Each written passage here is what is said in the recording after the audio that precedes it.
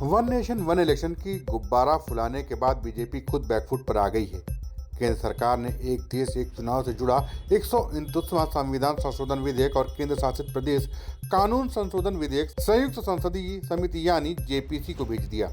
किसी बिल को जेपीसी को भेजने का मतलब है उसे ठंडे बस्ते में डालना। जाहिर है कि संसद के इस सत्र में बिल पास नहीं होंगे। जेपीसी अपनी रिपोर्ट कब देगी, इसकी कोई डेडलाइन नहीं है। जेपीसी को अपनी रिपोर्ट तैयार करने में 2 साल तक लग सकते हैं। 2029 को लोकसभा चुनाव होने हैं। केंद्र न 2026 या 2027 में दोनों सदनों में बहुमत जुटाकर बिल पास भी करा लिए तो भी एक देश एक चुनाव के तहत सभी राज्यों और पूरे देश में एक साथ चुनाव कराने के लिए 2 साल काफ़ी नहीं होंगे। यानी अगला चुनाव वन नेशन वन इलेक्शन के तहत नहीं होने वाला। ऐसे में कांग्रेस को सरकार पर हमले का नया बहाना मिल गया है। इसमें कोई शक नहीं कि वन नेशन वन इलेक्शन चुनाव सुधार दिशा में एक बड़ा कदम है।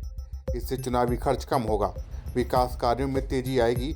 इससे न केवल सरकारी कर्मचारियों को बार बार चुनावी ड्यूटी से छुटकारा मिलेगा बल्कि टैक्स पेयर जनता का पैसा भी बचेगा। लेकिन विपक्ष इसके खिलाफ है। विपक्ष को लगता है कि एक चुनाव एक देश एक चुनाव कानून लागू होने के बाद देश में एक पार्टी का वर्चस्व हो जाएगा। जाहिर है उसका इशारा बीजेपी की ओर है। वहीं कांग्रेस प्रवक्ता सुरेंद्र राजपूत कहते हैं कि बीजेपी खुद नहीं जानती कि आने वाले वक्त में इस प्रयोग का क्या नतीजा निकलने वाला है।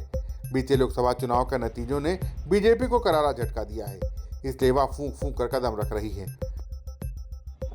एक राष्ट्र और एक चुनाव को भारतीय जनता पार्टी एक सिगूफे से ज्यादा कुछ नहीं समझती। भारतीय जनता पार्टी स्वयं में इस चीज को लेकर सीरियस नहीं है, वरना भारतीय जनता पार्टी ने एक 3 लाइन का व्हिप जारी किया था, जिसके बाद लोकसभा में 20 से भी ज्यादा भारतीय जनता पार्टी के सांसद गैर मौजूद थे और उन गैर मौजूद सांसदों में नरेंद्र मोदी जी जैसा नाम शामिल है, नितिन गडकरी जी जैसा नाम शामिल है। नरेंद्र मोदी जी अगर एक चुनाव एक राष्ट्र के बात पर इतना सीरियस हैं तो संसद से गैर मौजूद क्यों थे व्हिप के बाद भी?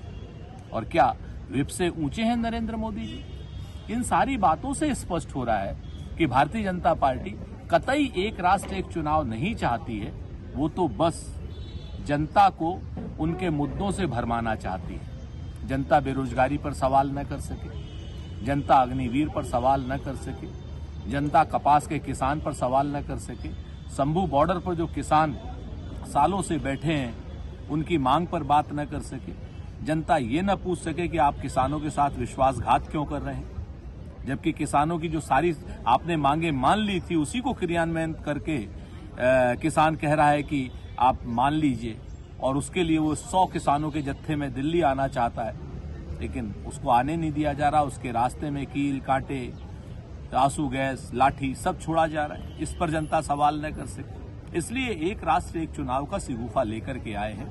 मेरी मांग है भारतीय जनता पार्टी से, अगर भारतीय जनता पार्टी संविधान को मानती है, देश के संविधान को मानती है और भाजपा के संविधान को मानती है और संसद को मानती है, तो जितने लोगों ने व्हिप का उल्लंघन भारतीय जनता पार्टी की किया है उन सबकी संसद सदस्यता खारिज की जाए, क्योंकि व्हिप का उल्लंघन करने में सदस्यता स्वयं खारिज हो जाती है। अगर भारतीय जनता पार्टी लोकतंत्र, संविधान और सदन की मर्यादा रखना चाहती है तो नरेंद्र मोदी जी की संसद सदस्यता खारिज करें। वहीं केंद्र सरकार लंबे समय से वन नेशन वन इलेक्शन के विचार की पैरवी करती आई है। सितंबर 2023 में प्रधानमंत्री मोदी की सरकार ने पूर्व राष्ट्रपति रामनाथ कोविंद की अध्यक्षता में वन नेशन वन इलेक्शन की संभावनाएं तलाशने के लिए एक उच्च स्तरीय समिति का गठन किया था। इस समिति ने मार्च 2024 में राष्ट्रपति द्रौपदी मुर्मू से मुलाकात कर अपनी रिपोर्ट सौंपी थी।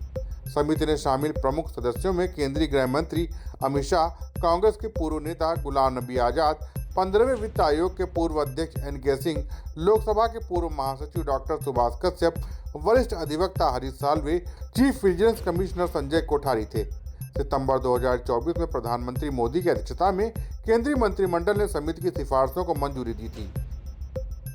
इसके बाद बीती 12 सितंबर को वन नेशन वन इलेक्शन से जुड़े विधेयक को केंद्रीय मंत्रिमंडल ने अपनी मंजूरी दे दी, जो इसे कानून बनाने की दिशा में कदम है। वहीं संविधान संशोधन के विधेयक पास करने के लिए संसद में 2/3 बहुमत की जरूरत थी, जबकि दूसरे विधेयक को सामान्य बहुमत से ही पास किया जा सकता था। लेकिन सरकार ने बिना तैयारी के इस विधेयक को संसद के पटल पर रख दिया। लोकसभा में विधेयक को पेश करने के लिए हुए मतदान में सरकार को 269 वोट मिले, जबकि विपक्ष को पड़े कुल 461 वोटों में से 198 मत मिले। नरेंद्र मोदी सरकार को one nation one election bill को संसद के दोनों सदनों में पारित कराने के लिए 2/3 बहुमत की जरूरत थी। इस हिसाब से देखा जाए तो सरकार न तो विपक्ष के नंबर गेम को बिगाड़ पाई, न ही अपने सभी वोटों को इकट्ठा कर सकी। यहां तक कि बीजेपी के 20 सांसद 3 लाइन का व्हिप जारी करने के बाद भी लोकसभा में मतदान करने नहीं पहुंचे। ऐसे में कांग्रेस को बीजेपी पर हमला करने का एक और मौका मिल गया। Bureau report, Dastak times.